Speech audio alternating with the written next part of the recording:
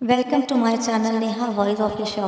میرے چینل پر نئے ہیں تو میرے چینل کو لازمی سبسکرائب کیجیے تاکہ آگے بھی آپ کو مزید لطف اندوز ہونے کے لیے خوبصورت ویڈیوز ملتی رہیں۔ ایک بادشاہ راستہ بھٹک کر کسی ویرانے میں پہنچ گیا۔ وہاں ایک جھونپڑی تھی۔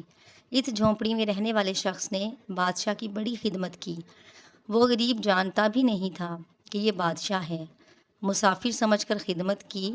بادشاہ بہت خوش ہوا۔ جب جانے لگا تو اس نے اپنی انگلی سے انگوٹھی اتاری اور کہا کہ تم مجھے نہیں جانتے ہو، میں بادشاہ ہوں۔ یہ انگوٹھی اپنے پاس رکھو۔ جب بھی کوئی ضرورت پیش آئے تو ہمارے دروازے پر چلے آنا۔ وہاں جو دربان ہوگا اسے یہ انگوٹھی دکھا دینا۔ ہم کسی بھی حالت میں ہوں وہ ہم سے ملاقات کروا دے گا۔ اتنا کہہ کر بادشاہ چلا گیا۔ کچھ دن کے بعد اس کو ضرورت پیش آ گئی تو وہ دیہاتی بڑے میاں محل کے دروازے پر پہنچے اور کہا کہ مجھے بادشاہ سے ملنا ہے۔ دربان نے اوپر سے نیچے تک اسے دیکھا کہ اس کی کیا اوقات ہے بادشاہ سے ملنے کی۔ کہنے لگا کہ وہ نہیں مل سکتے، مفلس و کلاش آدمی ہو۔ اس دیہاتی شخص نے پھر وہ انگوٹھی دکھائی۔ اب جب دربان نے وہ انگوٹھی دیکھی تو آنکھیں پھٹی کی پھٹی رہ گئیں۔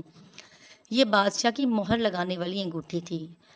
آپ کے پاس یہ انگوٹھی کیسے آئی؟ بادشاہ کا حکم تھا کہ یہ انگوٹھی جو لے کر آئے گا ہم جس بھی حالت میں ہوں گے اسے ہمارے پاس پہنچا دیا جائے۔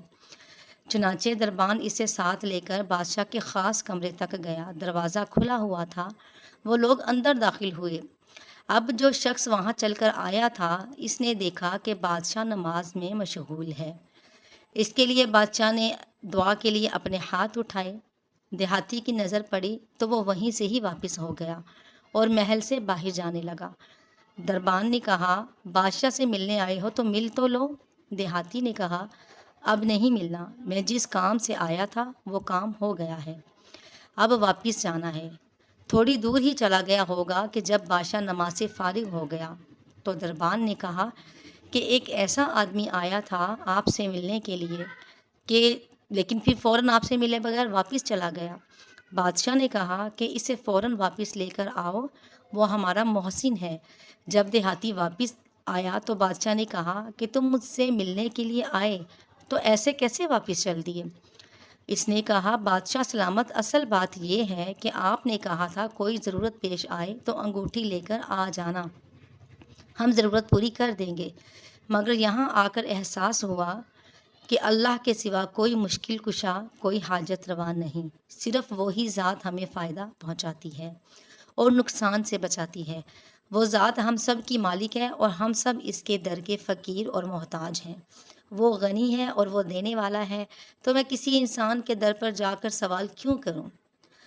بادشاہ کو اس دیہاتی کی باتوں نے بہت زیادہ متاثر کیا اور اس نے خوش ہو کر اس کو ڈھیر سارے انعام و اکرام سے نواز کر واپس بھیج دیا۔